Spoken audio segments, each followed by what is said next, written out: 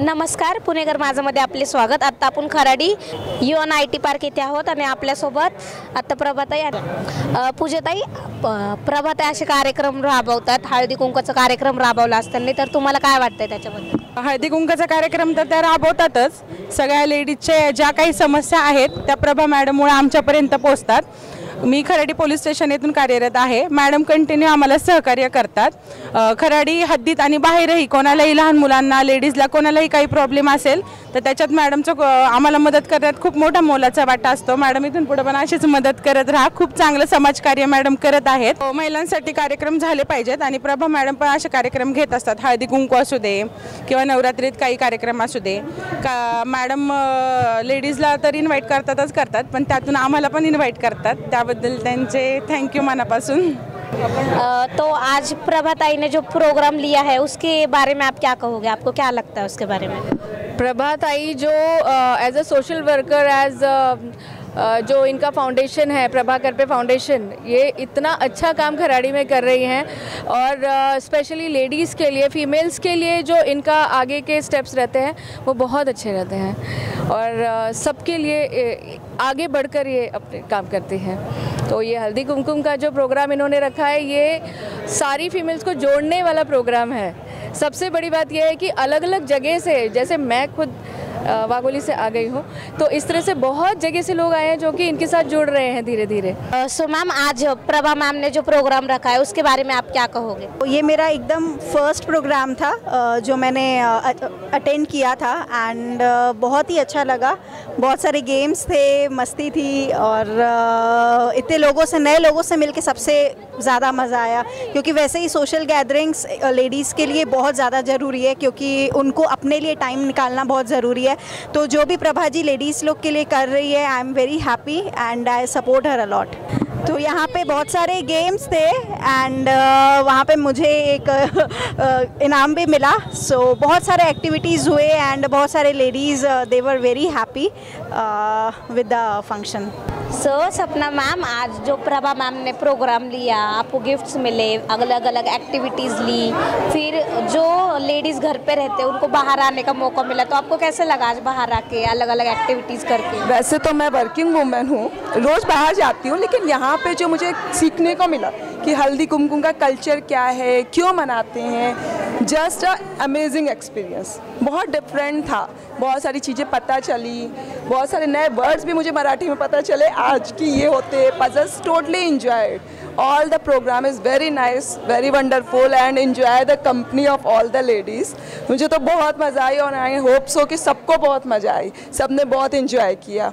तो मुझे तो बहुत अच्छा लगा आके, just a unique experience for me. तो मुझे वो पज़ल वाला बहुत अच्छा लगा और ट्विस्ट टंग वाला ही बहुत अच्छा लगा कि जो बहुत जल्दी जल्दी बोल रहा था, और ऑब्वियसली कि मुझे विनर भी मिला तो ऑब्वियसली मुझे वो अच्छा ही लगेगा। बाकी सब कुछ बहुत अच्छा था, बहुत यूनिक था चीज़ें, और ऑर्गेनाइज जो जिस तरीके से किया वो बहुत अच्छे से किया उन्होंने। ये कार्यक्रम जो प्रभा द्वारा ऑर्गेनाइज किया गया था, बहुत ही अच्छा प्रोग्राम था। इसमें बहुत सारी लेडीज़ ने पार्टिसिपेट किया और बहुत ही अच्छे से हल्दी कुमकुम का इन्होंने ऑर्गेनाइज किया था। इसके अलावा मैं ये भी कहना चाहूँगी कि प्रभाताई जो है हमारे यहाँ की बहुत ही एक एक्टिव ऑर्गेनाइज़र हैं।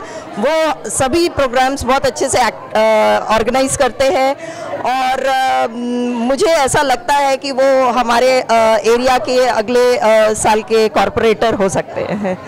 तर अंजली मॅम, आत्ताच्या काळात जर आपण पाहिलं तर महिलांची शत्रू असते, पण प्रभाताई तसं न करता सगळ्यांना सोबत घेऊन जातात, महिलांसोबत वेगवेगळे कार्यक्रम राबवतात। त्याच्याबद्दल तुम्ही काय सांगताल, किंवा आज जो प्रोग्राम त्यांनी घेतला त्याच्याबद्दल तुम्हाला कसं वाटलं?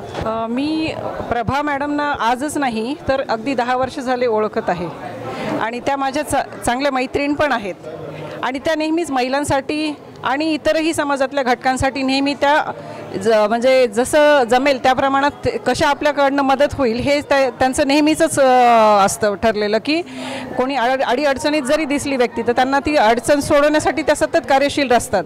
म्हणजे अगदी सगळं त्यांचं हे सोडून, त्यांच्या हातातली कामं सोडून ते समाजासाठी झटत आहेत. म्हणूनच आज मी बघतीये की इथे ज्या हळदी कुंकुवाचा कार्यक्रम ठेवलेला होता त्यांनी खराडीमध्ये, त्याला महिलांचा अगदी प्रचंड उत्स्फूर्त प्रतिसाद मिळालेला आहे. आणि मी अशी अपेक्षा करते आणि त्यांना शुभेच्छा देते की त्यांच्या हाताने असे हे सामाजिक कार्य त्यांचे अविरत घडत राहो आणि माझा कायम पाठिंबा राहील. मी देखील त्यांना माझ्या परीने जेवढं जमेल तेवढे खारीच्या वाट्याची म्हणजे जे काही माझा खारीचा वाटा आहे तो तेवढ्या मी मला कुठल्याही उपक्रमामध्ये मदत करायला नेहमीच आवडते.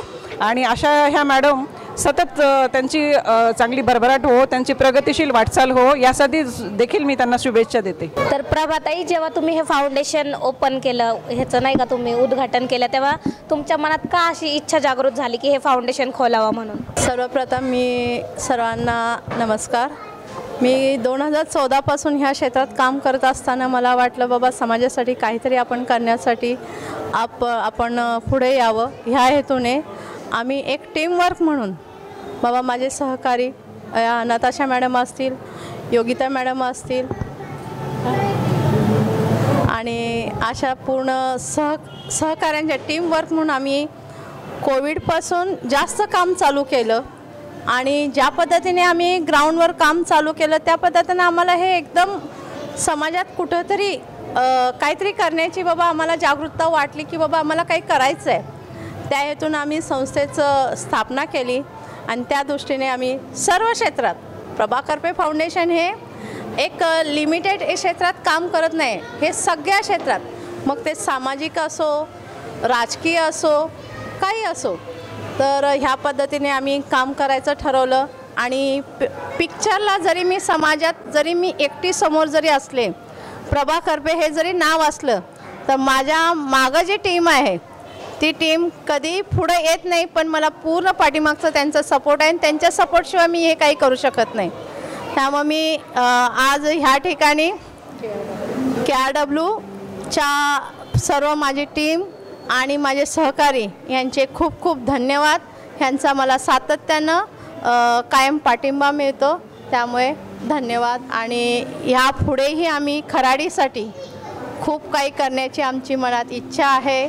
आणि माझं लाईफ हे मी सामाजिक कार्यासाठीच दिलेलं आहे, त्यामुळे मला ह्यातमध्ये आवड आहे म्हणून मी हे काम करते. धन्यवाद.